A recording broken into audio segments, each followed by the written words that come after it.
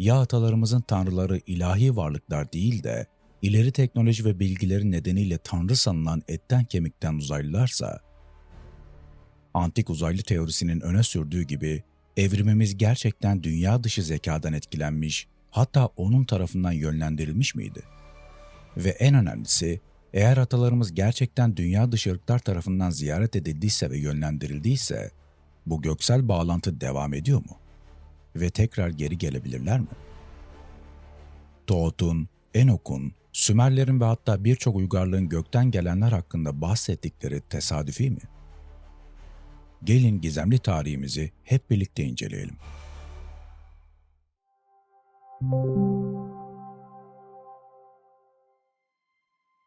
İnsanlık tarihimizde geleneksel açıklamalara meydan okuyan sayısız hikaye ve kayıt var. Gizemli yapılar, açıklanamayan teknolojiler ve antik metinler insanlık olarak kökenlerimizi sorgulamamıza neden oluyor. Antik çağın tüm gizemleri arasında giderek daha gerçekçi görünmeye başlayan bir hipotez yatıyor. Antik dünya dışı varlıklar teorisi. Bu teori, gezegenimizin binlerce, belki de milyonlarca yıldır çeşitli gelişmiş uzaylı ırklar tarafından ziyaret edildiğini iddia etmektedir. Bu uzaylı ziyaretçiler genetik manipülasyon ve evren bilgisi yoluyla insan türümüzü etkilemişlerdir. Bilinen en eski uygarlıklar sadece insan evrimi ve yaratıcılığının ürünü olmayabilir. Aynı zamanda uzak bir dünya dışı uygarlığın izlerini de taşıyor olabilir.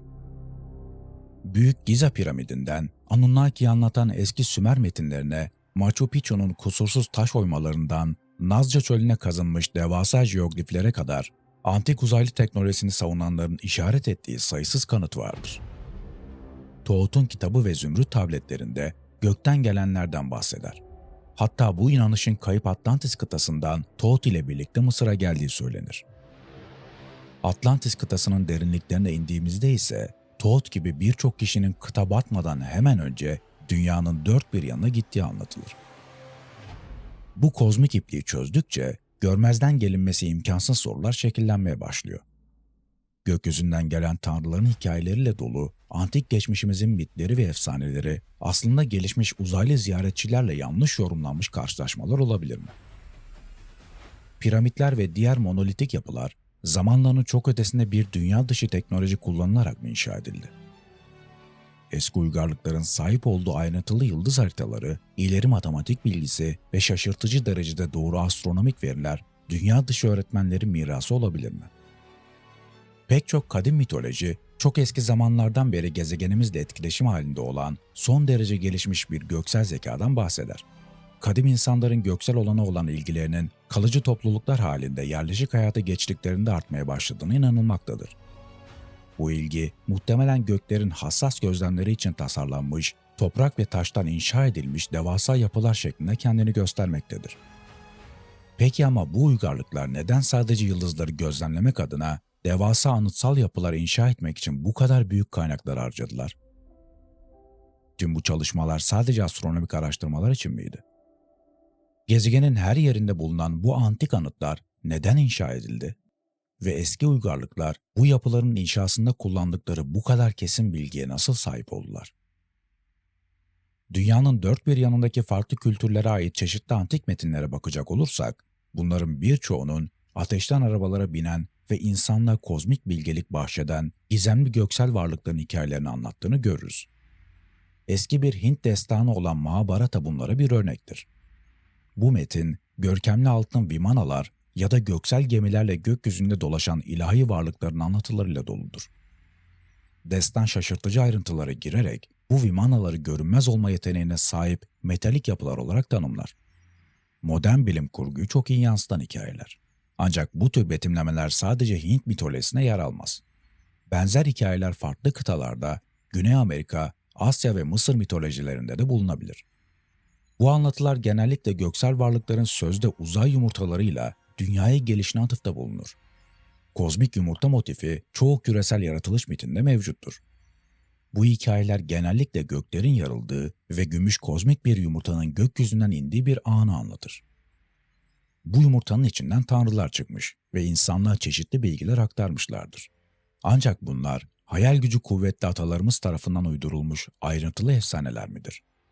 yoksa dünya dışı bazı gerçekleri içeriyor olabilirler mi? Halkın kitabı olarak da bilinen Popol Vuh, Maya uygarlığının temel metinlerinden biridir. Hikayeye göre iki ana karakter, yeraltı dünyası Xibalba'nın lordlarına karşı kazandıkları zaferin ardından güneş ve ay olmak üzere göklere yükselen yarı tanrılardı ve korku içinde tutmaya çalışan bu karanlık güçlerle çeşitli savaşlara girdiler. İkizlerin zaferi, ışığın, bilginin ve düzenin karanlığa ve kaosa karşı zaferi olarak görülür. Antik astronot teorisi açısından bakıldığında, ikiz kahramanların hikayesi ve göklere yolculukları efsanevi bir hikayeden daha fazlasını sembolize ediyor olabilir. İkizlerin göklere yükselişi, yıldızlara bir yolculuk, hatta dünya dışı yaşamla bir etkileşim olarak yorumlanabilir mi? Mayaların ay ve güneş tutulmalarını ve Venüs'ün hareketlerini tahmin etme yeteneği de dahil olmak üzere zamanlarına göre inanılmaz derecede çeşitli astronomi bilgisine sahip oldukları göz önüne alındığında, bu bilginin gerçekten de harici, muhtemelen dünya dışı bir kaynaktan gelmiş olabileceğini tahmin edebiliriz. İsviçreli yazar ve araştırmacı Erik van Däniken, en çok 1968 yılında yayınlanan Tanrıların Arabaları Geçmişin Çözülmemiş Gizemleri ve dünyadaki yaşamın gelişmiş bir dünya dışı uygarlık tarafından getirildiğini öne süren insanlığın 100 bin yıl önceki bilinmeyen tarihi adlı kitaplarıyla tanınmaktadır. Fikirleri, antik uzaylı astronot teorisi olarak bilinen teorinin önemli bir bölümünü oluşturmaktadır. Ona göre bu dünya dışı ziyaretçiler, insanların sahip olduklarının çok ötesinde bir teknolojiye sahipti. Bu uzaylıların gelişmiş yetenekleri nedeniyle genellikle tanrılarla karıştırıldığına ve antik dünyada meydana gelen tarihçilerin, arkeologların ve antropologların mantıklı bir açıklama getiremediği teknolojik ve kültürel sıçramaların çoğundan sorumlu olduklarına inanmaktadır.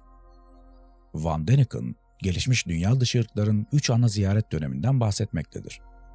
Ona göre bu tür olayların ilki 1 ya da 2 milyon yıl önce, ikincisi ise tarih öncesi çağlardan M.Ö. 6. ya da 7. bin yılda gerçekleşmiştir.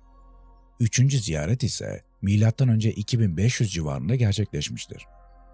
Bu ziyaretlerin kanıtlarının arkeolojik eserlerde bulunabileceğini savunmakta ve Mısır piramitleri, Stonehenge, Paskalya adasındaki heykeller ve diğerleri gibi anıtsal yapılara işaret ederek bunların inşasının eski insanların dışarıdan yardım almadan sahip olamayacakları teknoloji ve bilgi gerektirdiğini öne sürmektedir. Buna ek olarak bazı dini metinleri, mitleri ve antik sanat eserlerini bu dünya dışı ziyaretçilerin tanımları veya tasvirleri olarak yorumlamıştır. Örneğin, İncil'de Peygamber Hezekiel'in uçan bir savaş arabası ve kanatlı bir yaratıkla karşılaşması, uzaylı bir uzay aracıyla olası bir karşılaşma olarak görülmüştür. Van Däniken dünyanın dört bir yanından gelen eski metinlerde uçan arabalardan ve uçan insanlardan bahsedildiğinde bunların sadece hayali metaforlar kullanmadığını cesurca ifade eden ilk kişilerden biriydi. Bunun yerine bunlar gelişmiş uzaylı ırkların gerçek tanımlarıdır. Eski ayetin en önemli kehanet kitaplarından biri olan Hezekiel'in kitabı, olası uzaylı karşılaşmalarını detaylandırmaktadır. Bir başrahip olan Hezekiel, başlangıçta Tanrı olarak gördüğü bir varlıkla karşılaşır ve dua etmek için dizlerinin üzerine çöker. Ancak kısa süre sonra bunun Tanrı olmadığını anlar ve büyük bir gürültüye neden olan kanatların hareketi de dahil olmak üzere gördüklerini ayrıntılı olarak anlatır. Hezekiel ayrıca kanatlı yaratığın hareket ettiği aleti de tarif eder ve hayretler içinde kalır. Çünkü bu alet kendi zamanındaki hiçbir tekerleğe benzememektedir. Direksiyonu hareket ettirmeden ileri geri, sola ve sağa hareket edebilmektedir. İlginçtir ki Hezekiel'in orijinal metinde Tanrı kelimesi geçmemekte. Bunun yerine en yüce olanın ihtişamından bahsedilmektedir. Erik van Däniken, orijinal kaynak olarak Tanrı'nın etrafında dolaşmak için bir araca ihtiyaç duymaması gerektiğini ve Hezekiel'in hikayesinin cennetten indiğinde büyük bir gürültü çıkaran dünya dışı bir nesneye atıfta bulunabileceğini öne sürmektedir. Tanrıların Arabaları adlı kitabında Van Däniken, Nuh'un büyük babası Enok'a atfedilen ve kanonik İncil'de bulunmayan eski bir Yahudi dini metni olan Enok'un kitabını yorumlayarak Enok'u da tartışır. Kitap, Enok'un bazılarının melek olduğuna inandığı ancak Van Däniken'ın dünya dışı varlıklar olduklarını öne sürdüğü Tanrı'nın oğulları ile karşılaşmalarını anlatıyor. Enok'un bir uzay gemisine bindirildiğine ve burada çeşitli bilimler konusunda eğitildiğine ve daha sonra zamanına göre inanılmaz derecede gelişmiş bilgilerle dünyaya döndüğüne inanmaktadır. Enok'un kitabı, Enoch'un cennet ve dünyadaki yolculuklarından bahseder ki Van Däniken bunların kadim yıldızlar arası seyahatlerin anlatıları olabileceğine inanmaktadır. Peygamber Enoch'un gizemli kutsal kitabı videomuza sağ üst köşeden ulaşabilirsiniz. Musa'nın hikayeleri de inceleme altına alınmıştır. Mısır'dan çıkış kitabı, alevler içinde yanmayan ve Musa ile konuşarak kendisini ona Tanrı olarak tanıtan bir çalıyı anlatır. Benzer bir durumdan Kur'an da bahseder. Ağaç yönünden Musa'ya seslenildiğinin altını çizer. Van Däniken, Musa'nın İncil'de anlattığı gibi yanan çalı ile karşılaşmasının dünya dışı bir varlık veya cihazla yanlış yorumlanmış teknolojik bir etkileşim olabileceği teorisini ortaya atar. Ayrıca 10 emirin doğrudan Tanrı tarafından verilmediğini, ancak bu ziyaretçiler tarafından sağlanan lazer benzeri gelişmiş bir teknolojik cihazla yazıldığını öne sürer. 10 emirin yerleştirildiği ait sandığı da nükleer radyasyona benzer garip bir enerji yaydığı söylenen dünya dışı bir nesne olarak yorumlanmıştır. Bazı bilim adamları, Eriha şehrinin duvarlarının ait sandığında bulunan enerjinin yardımıyla yıkıldığını öne sürmektedir. Semil kitabı, ait sandığına çok yaklaşan herkesin öldüğünü, soluk cilt ve tırnak, parmak ve ayak kaybı gibi belirtiler yaşadığını anlatır. Erik Van Däniken 1971 yılında Hindistan'ın Kalküta kentindeki Sanskritçe Koleji'ne gitti ve burada Profesör Dilip Kenjilal'la tanıştı. Profesör Kenjilal, eski Hint metinlerini modernize etmekle ilgileniyor.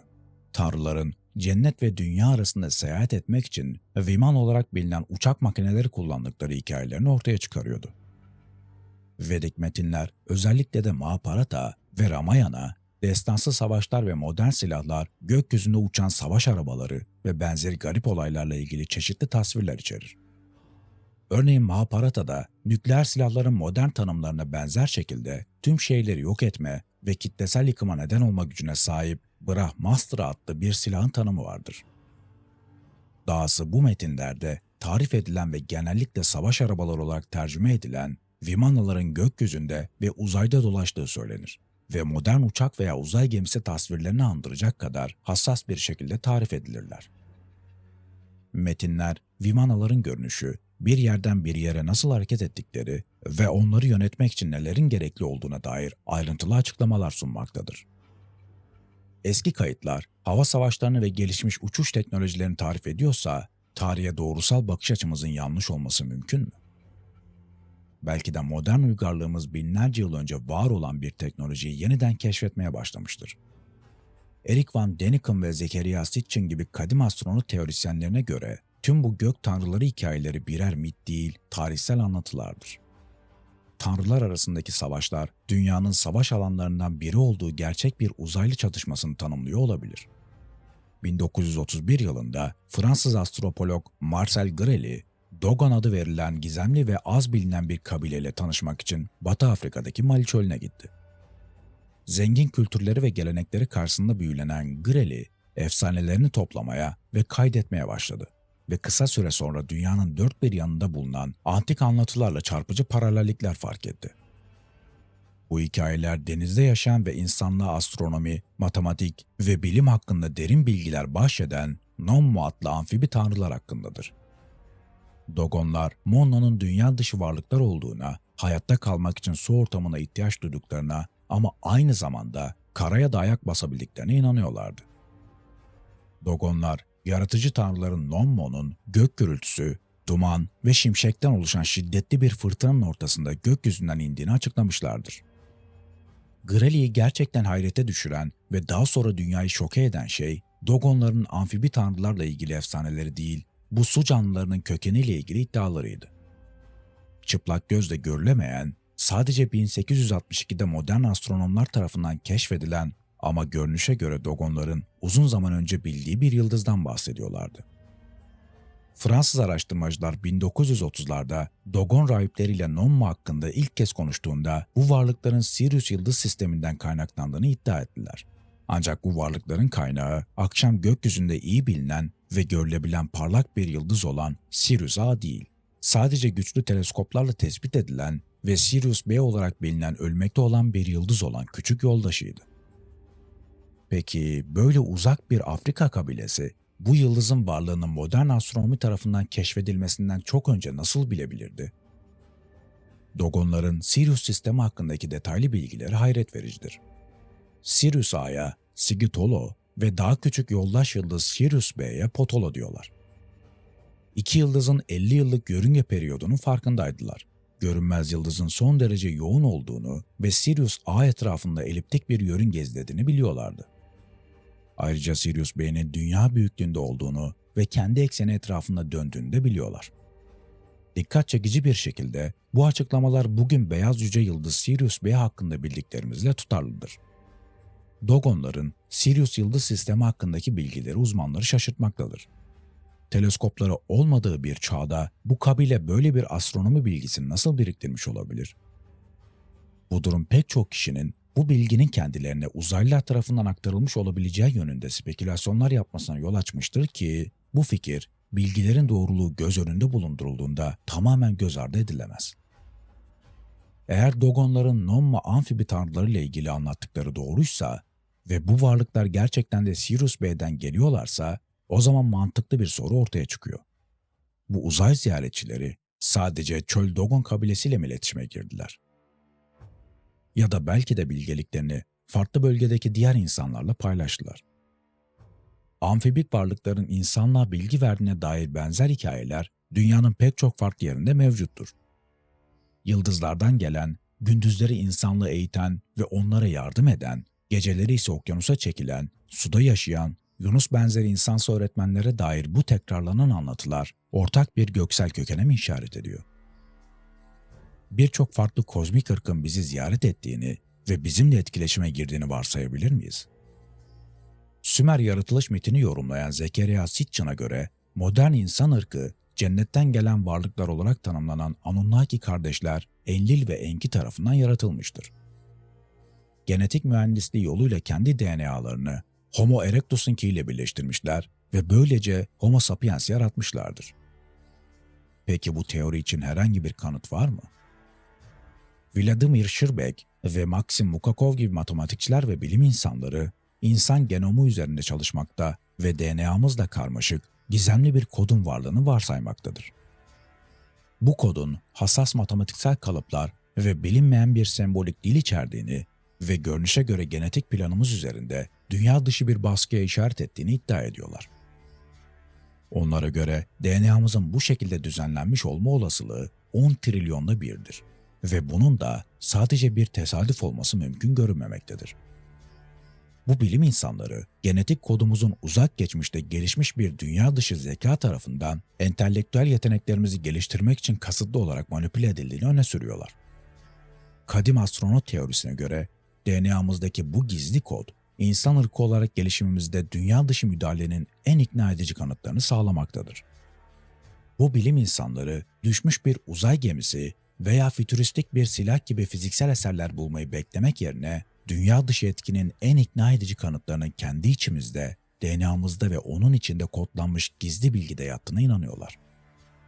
Bu durumda Sümer yazıtlarında bahsedilen insan yaratılışı doğru olabilir mi?